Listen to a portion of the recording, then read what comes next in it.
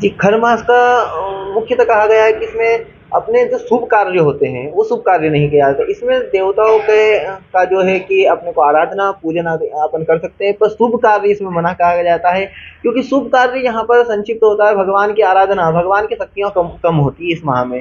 इसलिए शुभ कार्य में अगर अपन किसी को कुछ देना चाहते हैं, किसी से कुछ लेना चाहते हैं, तो हमें उसके लिए उनको पूर्ण रूप से ध्यान करना होता है भगवान का। इस समय भगवान खर मास के समय में भगवान की शक्तियाँ कम होती है, वो थोड़े से कष्ट में जो होता है कि अपन कष्ट नहीं देना चाहते किसी व्यक्ति को, उसी प्रकार भगवान का भी इस माह में कष्ट होता है। ये आराधना का माह कहा गया है कि भगवान को शक्ति प्रदान की जाए। इसलिए घर के शुभ कार्य आदि में भगवान को नहीं बुलाया जाता है, क्योंकि भगवान का शुभ कार्य अगर अपन करवाते हैं तो उसमें भगवान को आना होता है और भगवान अपना कार्य करते हैं। तो हम यह खर मास इसलिए मनाया जाता है कि अभी 16 दिसंबर से खर मास प्रारंभ हो जाएगा, जो कि ये संक्रांति तक रहेगा।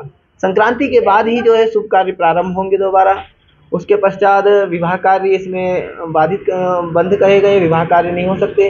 गृह प्रवेश आदि जो नूतन कार्य अपन करते हैं, घर में भंडार भरना या गृह प्रवेश करना या नई दुल्हन का गृह प्रवेश, ये अन्य कार्य इसमें बंद कहे गए हैं। परंतु भगवान की देवी आराधना जो होती है, भगवान का पूजन वगैरह आराधना जो होती है, भगवान का सुंदरकांड कर रहे हैं, कथा आदि कर रहे हैं, ये अपने कार्य इसमें कर सकते हैं। इसका महत्व यही होता है कि हर मास में भगवान की शक्तियाँ कम होती है, तो भगवान को हमें शक्ति प्रदान के लिए भगवान के निमित्त जितने भी कार्य अपन करना चाहे वो कार्य कर सकते हैं, तथा अपने नियमित व्यक्तिगत रूप में जो अपन कार्य करते हैं वो कार्य खर मास में मना कहे गए हैं।